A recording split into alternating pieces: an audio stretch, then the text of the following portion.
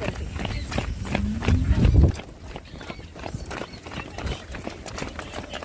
Great. good afternoon, everyone, and welcome to the Sweaty Scientist podcast. We're now in season two. And for the kickoff episode for season two, I am pleased to be joined by Kristi Spitzmueller.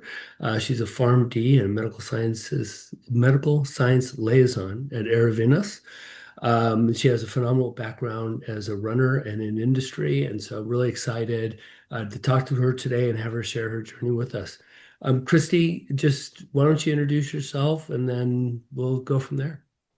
Great. Yeah. So I'm Kristi Spitzmueller. I live in Minneapolis, Minnesota. I've been here pretty much since pharmacy school.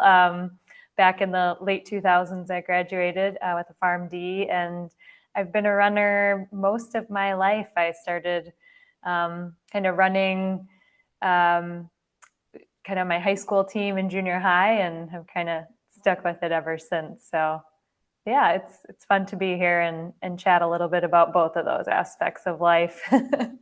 That's fantastic. And maybe give us a little background as a runner. I know that we talked initially, and you're not just a runner. I mean, I stumbled across you because you're the top or one of the top female finishers for the AACR, American Association of Cancer Researchers 2024 5K, which they do every year. It's fantastic. I love that organization.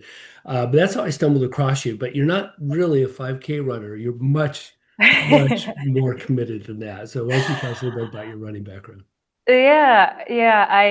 I would say a 5K is like out of my wheelhouse now, but I guess going back, yeah, I started running varsity cross country and track as an eighth grader. Was kind of recruited by the high school track coach at my high school, and kind of fell in love with running there. I didn't even really know what cross country was when he asked me to try out for the team. So I've always just loved kind of the longer distances, and I took a break from running in college. I felt like going to pharmacy school and running at a D1 school would be very overwhelming. Mhm.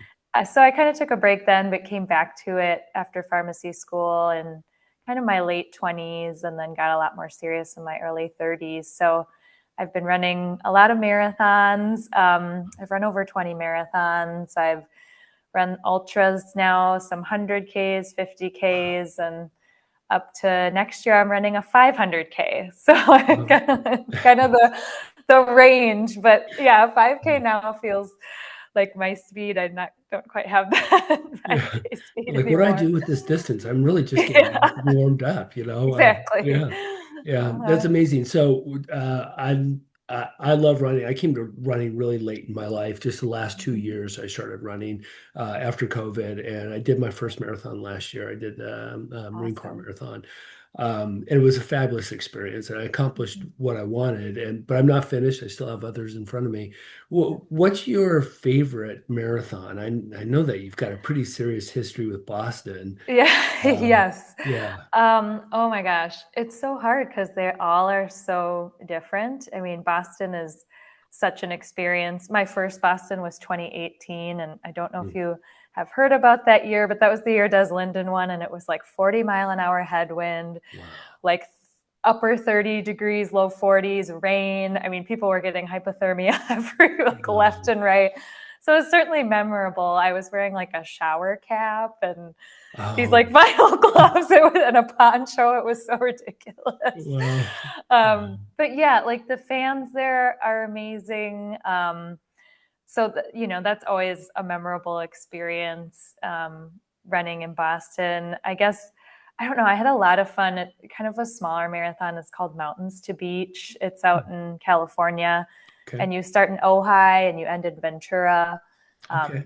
That's All right. really So kind of like beautiful. Midland, California, right? Yeah. Yeah. And then I've also done some strange ones. Like I did an indoor marathon around an ice rink, and it was like 97 laps or something like that Okay. on the track. Yeah. So something Yeah. in the winter to run inside when you live, in Minnesota Yeah. and you can't run a marathon outside. So, Yeah. That's great. I imagine doing 26.2 miles around oval track though. Did you guys switch directions so you wouldn't wear down your hip?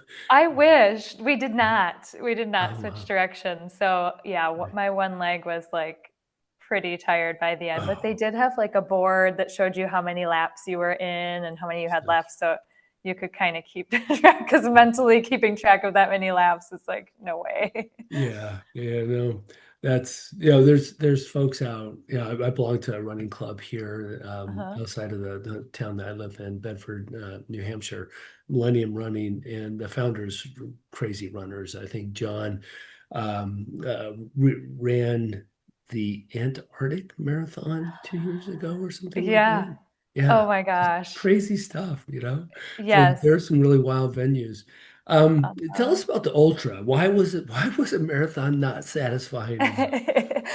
Yeah, I guess since I had been training for a marathon for so many years, and one of my big goals was to break 3 hours, and I broke Yeah. 3 hours.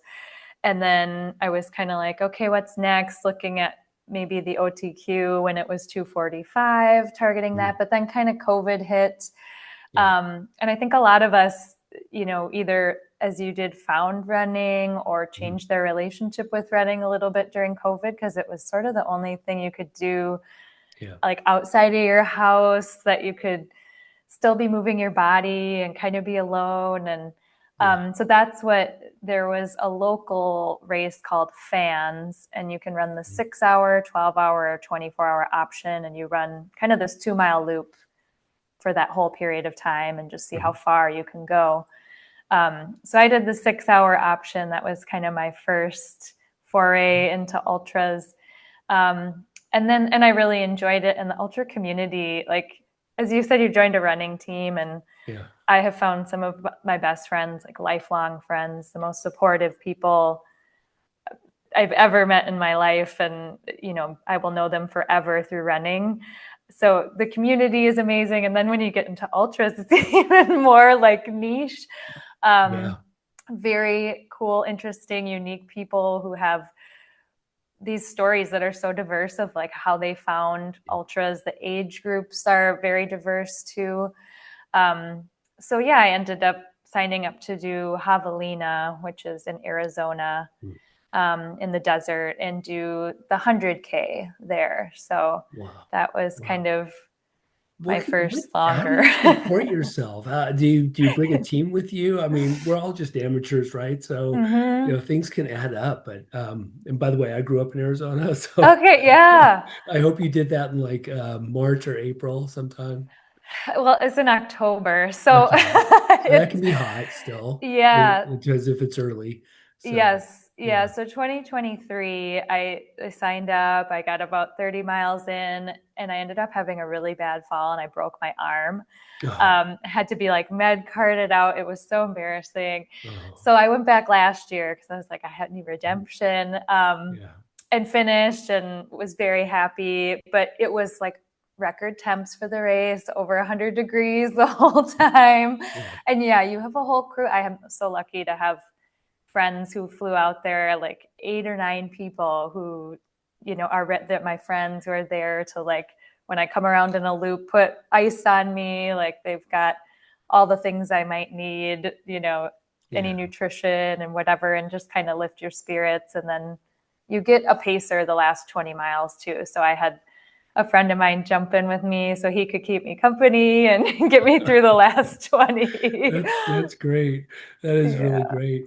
We'll come back to Mhm. nutrition and equipment and all that type of stuff Sure. because I'm sure you're at a different level. In fact, I think we mentioned scraping tools, which Yeah. we'll Yeah. we'll talk about that. But so tell me about what's next for you. I mean, we Mhm. talked a little bit about this. This seems like quite an adventure. 500 clicks. Ugh, I don't Mhm. know. Tell us about that. Yeah. Yeah. So before that, in 4 weeks, well, less than 4 weeks now, I have New York City. So I've Oh, never run New York congratulations. City Okay. before. Hmm. It's I qualified as part of the age group world championships for Abbott. So, Oh, um, congratulations. thank you. Yeah. Yeah. So I'm a master's runner now, which Yeah. is fun. I Yeah. like being a Yeah. master's runner. So, It's, um, is this have you done any of the other Abbott series? Are you planning to do the other Abbott series, or is this just? Maybe eventually. Mhm. I've never been like had the 6 stars like Yeah, on my radar as something I'm like really trying to finish because it's just sort of what excites me at the time I kind of sign up for. But okay. since I qualified for it, I was like, I'll do it. And I haven't run New York before, so Oh, I'm yeah. excited for that. It'll be really fun. I've heard it's amazing, and that the Yeah, spectators I are a lot of awesome. runners in my group do that. Uh, There's a particular individual, Yuki Chorney, and she runs Boston and she runs New York, but she always has an outstanding costume. Like oh in New gosh, York a couple nice. years ago, she dressed up as Lady Liberty, held the torch the whole way. Oh, sweet. Oh, So I don't know wow. what you're planning to run in, but the bar is pretty high. So Yeah, yeah, yeah. yeah. So that will be fun. And then, yeah, I'm totally pivoting because right now I'm doing a lot of speed work, like Oh yeah. long run workouts, all those things. Mhm. Um, but then, yeah, I'll kind of be pivoting because I'll be running 500K or 314 miles next July Mhm. across Tennessee. So the training will be a lot more of like, even like adding in walking, which I've never done. But when Mhm. you're going Mhm. that far, you've got to get Yeah. used to just like a slower pace, a run walk, and then it's self-supported. So you got to find your own water and food and where to sleep and all those things. So I kind of understand the where to sleep part, but I don't understand the water and food part. How are you supposed to manage that? Are you also taking a course in like, I don't know, survival or something? yeah, I think a lot of people map out like where are the gas stations, where are there like little Oh, diners along the way. And okay. So you're um, allowed to have like, I was envisioning that you can only eat like nuts and berries and, oh no, yeah, you don't oh, have to forage or anything like that. okay. Oh my gosh, I would not be good at that at all. So you can like, yeah, you can go to gas stations and stores and buy things along the way. And they do have people who live along the course who've learned about it, and they call themselves road angels. And they'll Oh, set out like a cooler with beverages in it or a little bit of food, but you just can't have like a crew driving with you I supporting see. you. Okay. Mhm. Okay. So, all right. All right. Yeah. Well, still, it's Yeah, 300 some odd yeah. miles, 500 kilometers. It's a challenge. Yes, Yeah. No, my hat is off to you for that. That's going to be amazing. thank you. Yeah. So let's talk a little bit about equipment. Mhm. What do you love to run in? Oh my gosh. So I'm not the kind of person who's like really I have to stay in this one type of shoe. Okay. Um, I do like switching them up too because not I think it can be really repetitive and wearing on your muscles and tendons to run in the same shoe all the time Mhm. every day. So Mhm. I always have at least two trainers. But my trainers for like my easier days are the Hoka. Oh my Mhm. goodness. Um, they're the ones with like they don't have a plate, but um, Get the goodness, I memory should foam. know. Yeah. They're not the super high stack, It's got but the low, what they're do they call that? The low lift or something. Mine's like a 4 millimeter drop. yeah, there's like I should know, but anyway, I kind of the Mach 6. Okay, the Okay. Hoka Mach Okay. 6. So Yeah. I do kind of my easier days in those, and then if I'm doing like interval workouts and things like that, I will use like a carbon shoe Okay. because you do recover a lot faster. It doesn't put as much like strain on my Yeah. body, especially Okay. because I'm getting, I'm a master runner now, so I'm getting a little older. So I'll use like I have the Pumas that are like their carbon shoe. I have the Nike Alpha Flies that I'll race Mhm. the New York City Marathon in. Um, Wow. So you and really mix then it up. I've always found that the yes, Nikes are just a little too narrow for my foot. Uh, they I've are done the very narrow. Hokas, but I didn't Yep. like the redesign of the Clifton. It seemed to pinch my foot more.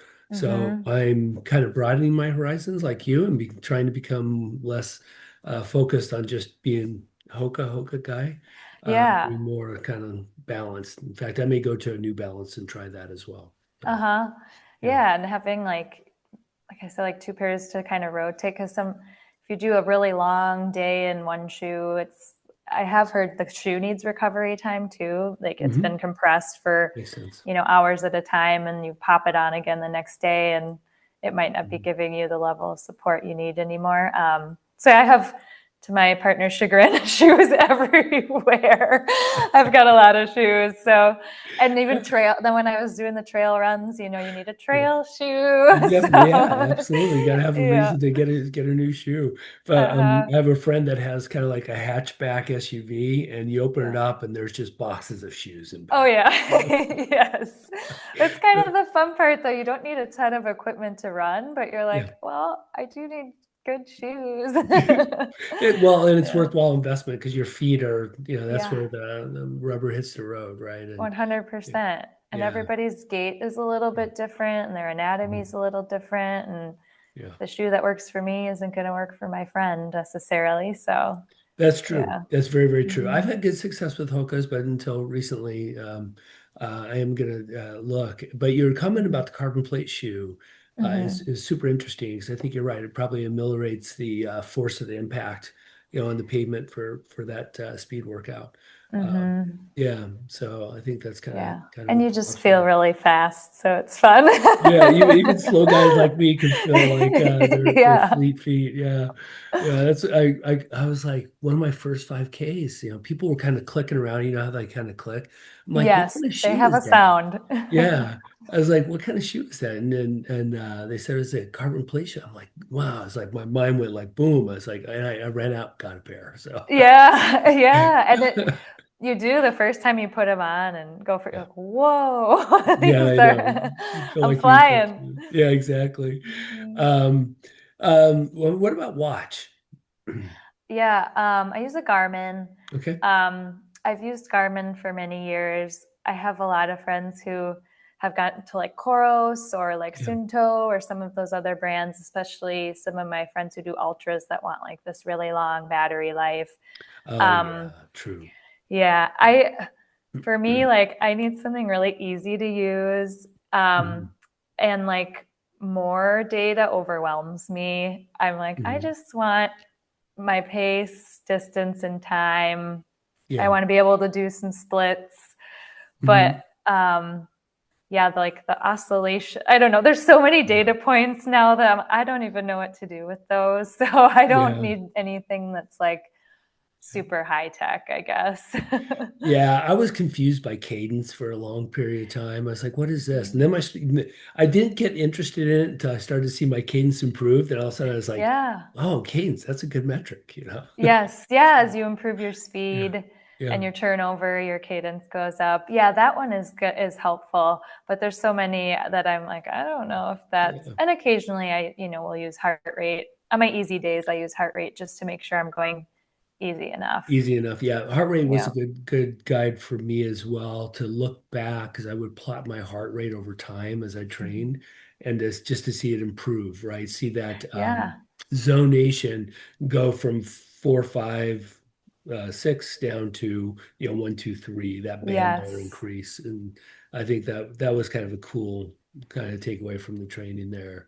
Yeah, for How did you sure. overcome the problem where your Garmin would depower during a long run? Because it's only good for so long, right? I've had it depower, on a 20-mile run before, right? Which Yeah. kind of makes you mad because you're like, oh, I worked so hard for those statistics and just cut off at Yeah. 18.3 on my 20-mile run. It's like, what do I do with that? Uh-huh. You know? Yeah. Yeah. Yeah. Thankfully, the one I have now is it lasts. But yeah, I had, Yeah. because some of my earlier versions that I had, that would happen. And thankfully, those times I had a friend, I was on the run. I'm like, okay, will you text me what you get for your Garmin stats? And I'll put it in my phone. I Because, did I it's did kind of like, cheat and kind of extrapolate from prior runs and paste that in there. So, because, I needed my graphs to look good. well, yeah, and we get kind of stuck where we're like, if it's not in there, it didn't happen. But it's like, it Exactly. happened. Like Exactly. what? Oh, and now I have friends who think they're like Jonathan Livingston Seagull or something like that. They're like, oh, I'm not running for time or pace. I'm just running, just for I'm like, Yeah, okay, yeah, but okay, let's check base in like right. another month or so. You probably have the Garmin back on. Yes, Yeah. So exactly. there were I slaves to know. the watch. So We um are. So tell me about recovery. Tell me about Mhm. scraping and foam rolling. I'm a big foam roller, love it. I Uh-huh. think it just is better than Tylenol or Aleve or anything else you can do. But Yeah. I've heard about the scraping, but it looks painful. Yeah, that I only use it a little bit because I've had PTs do it for me, where they're Mhm. just kind of it's to break up scar tissue, but you can like really go too hard Yeah, easily. yeah. So I'm super conservative when I do it. I asked my partner to do it for me once, and he was like, "Do not ever ask me to do that again." Like that was the worst thing ever. Because you do kind of feel the scar tissue, kind of breaking up. But I do that not very often at all. It's only when things are really tight. But yeah, I do like foam rolling. I know you said you travel with one. Yeah. I have one that like can collapse and then Oh, you can like nice. pull it open. So that's nice Yeah. to travel with. But Yeah. when anybody asks me like, how do you travel? What do you bring? My number one thing is a lacrosse ball. That like Oh. I feel like Oh. it's so small and it's Mhm. perfect. Like you can release your hamstrings, your Mhm. hips. You can kind of lay on the ground and using your Mhm. hips. You can put it behind your back, like your lower back. So I don't go anywhere without a lacrosse ball Oh, to kind okay. of get those knots out. Yeah, that's a good Mhm. tip because the foam roller takes up a good portion of my backpack when I travel. Uh-huh. And so For the lacrosse sure. ball, excuse me, so it takes the place of a tennis ball for the, Yeah, I think it's harder. So for me, I'm sorry, it's better than a tennis ball because sometimes I'm like, I just need to like get in there. But I do like Normatec boots too, and yeah, those yeah, are nice. yeah. I had Normatex for a while. I felt like I used them less and less, and then the foam Hmm. rolling just kind of took over everything. Yeah, Um, but yeah, because you do need, yeah, you gotta have a time when you're just sitting to be able to do the Normatecs. yeah, Yeah. yeah, you do, Hmm. you do. So, Yeah. tell me a little bit about what you do for work. Yeah, so I've been a medical science liaison for, gosh, like maybe maybe going on 10 years now. Um, and I started in sort of the movement disorder migraine space and toxin science, and then moved into the oncology space. So I've been in oncology for I am like 7 years now. Solid tumor. I was kind of in immunotherapies Yeah. prior with like nivolumab and ipilimumab. And then I've been working in kind of PROTAC science, kind of on the breast side. So, Mhm. protein degraders. So, yeah, you get to talk to some of the leading scientists in Yeah. the country and in the world about kind of groundbreaking research in oncology, and it's rewarding and flexible, and yeah, I really enjoy it. Yeah. Yeah. My job is very similar.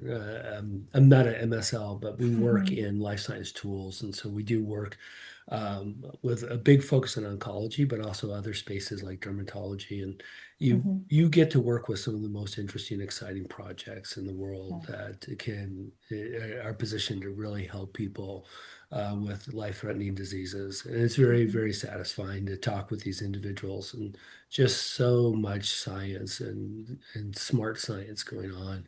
It's just Mm-hmm. unfortunate that we've seen the industry go through this kind of cycle that it's still a little bit involved in. We're seeing so Yeah. much restructuring and reorientation of pipelines, which is causing a little uncertainty in the market. Uncertainty Yes. probably with physicians that need then, advice from folks such as yourself to help them understand, what the various drugs are and therapeutics to be able to treat these patients that just have these awful diseases. So I think Mm-hmm. MSL is just a key bridge between what the company is producing on the therapeutic side and what the physicians and patients need as far Yeah. as information, right? Mm-hmm. Yeah. Yeah, and it's helping, whether it's representing what data we have or even helping get an investigator initiated study funded or brought to the attention of your company. It's yeah, it's rewarding to be on that in the middle kind of helping Yeah. those things happen. Hmm. Yeah. So no, I think we're in a really, really interesting industry that just evolves and just occupies such a key space. And the ability to treat humans that have these suffering diseases. It's great to be part of that. But tell Yeah. me, again, going back to kind of that key question, where's that intersection between, your running journey and your professional life? Hmm. How do they intersect? Yeah. Yeah. I think you've probably heard a lot that a lot of people get a lot of their thinking done, on the run. I've Mhm. certainly done planning for most of my presentations or hard conversations or things I've had to do when I'm on a run. But I think for me, kind of one of the bigger cross sections is having that scientific brain, having kind of the analytical brain. It's good for a job like this. It's good and helpful to be a pharmacist, but it is really hard to shut it off as well. Yeah. Um, I tend to like constantly have an analyzing, thinking, Mhm. um, high, like vibrating, I call it, kind of brain. Yeah. And running like brings me down to this like very manageable level. It just like helps me sort through, I guess, all of the thoughts and thinking that I'm doing. And I don't know how to describe it in another way. Maybe you feel the Yeah. same way too, um, where I don't feel like myself when I haven't been able to kind of get out for a run, tire myself out a little Yeah. bit, and have a little more clarity, I guess. Precisely. I've picked up a fracture in my fifth metatarsal or something like Oh that, and it's no. just taken a booger of time to heal. But exactly, I miss it. I miss running because of that, because it brings so much structure and clarity. Structure from the standpoint that when you train, you have a schedule. It's rigorous, right? And Mm-hmm. it underpins your life. You're able to hang various things off of that. And then Mm-hmm. without that, it's just I sometimes feel lost a little bit. And then as far as Yeah. thinking go, 100%, it's like a ball of yarn, your mind, and you just tease it apart, tease it apart, right? Until you finally knit that sweater perfectly or something. So yeah, Yeah. yeah, That's a good yeah, analogy. yeah, yeah. Yes. And So the structure, like you said too, that is, I am a person who likes to kind of have a schedule and plan or have a goal on the yeah, horizon. And that's, it's when it's Minneapolis and it's December and it's dark most of the day and it's cold, it's very easy to be yeah. like, I'm not going outside for a Very easy to sleep in for run. that run. Yeah, But yeah, if you've got yeah, this goal out yeah, there, you're like, oh, well, no, I got to get up because today I got to do this so I can do this next week and then the following. And yeah. yeah, and Yeah, you it's, got these blocks. uh-huh, And the block begins with an individual day. And just something stupid I did is I had an Excel spreadsheet and I would color the cell green, if I completed that run. It just that uh-huh. daily activity. Yeah, anyway, it's kind of silly. Yeah. No, but Gives you that it's structure. Yeah. a lot of people have running logs for that reason, to be able to kind of write down how it went or that to Mhm. check it off or, Yeah. have that sense of accomplishment. And it is similar to how you, at least in our role, like plan for your work quarterly. Sure. You're Yeah, not yeah. planning necessarily day to day. You've got to look out like Mhm. quarterly of what do I want to accomplish here and then work your way back. And building a training block for running is so similar to that. So 100%. But what I want to know, does Hal Higdon have a 500K plan? How do you I plan don't that, think so. Yeah, he's like, do my plan and then times it by like 10. I don't Yeah, yeah, yeah. know. So, yeah, no, my hat's off to you there. But yeah, I think running just is a great structure for life. And of course, it's something, if you don't, fracture your fifth metatarsal, you can do lifelong. Um, Yes. so, And as you said, and yeah. I have to say it again, the people that you Oh, meet doing it, I just like love my running people so much, and I feel so lucky to like have them, and I support them, they support me. We've traveled honestly not just all over the country, like internationally for each other to cheer each other on and be there, and that's so meaningful. So, That's wonderful. That's wonderful. Do mhm. you have a running buddy that you consistently run with all the time that shares the miles with you? Um, the person I run with the most, her name is Margaret, and she's actually going for her Olympic trials qualifier in the marathon again in December. So Wow. I will be cheering her. I will be there in Arizona to cheer her Wow. on. So Fantastic. Well, shout out to yeah, Margaret. So, yeah. yeah, yeah, that's awesome. So, well, you'll have to let me know, how the New York goes. Drop me a Yes, note. We'll be in touch. I'll watch your 100%. bib number and see what your time is. What do you Thank think your you. time's going to be? 2:47, 2:50? Oh my gosh, not that fast. Oh, I know New York is tough. Like okay. everybody talks about how hard the course is. It's Mm, just, you wouldn't think because you're like, oh, it's a city, but it's quite hilly. I guess all the mm, bridges and everything.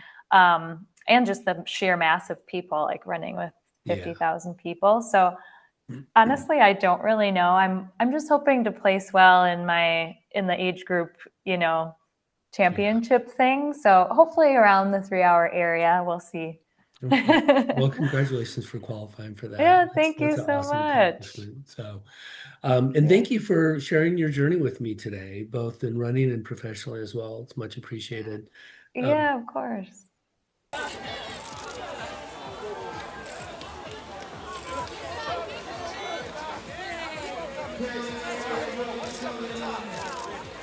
Welcome in, Kristi.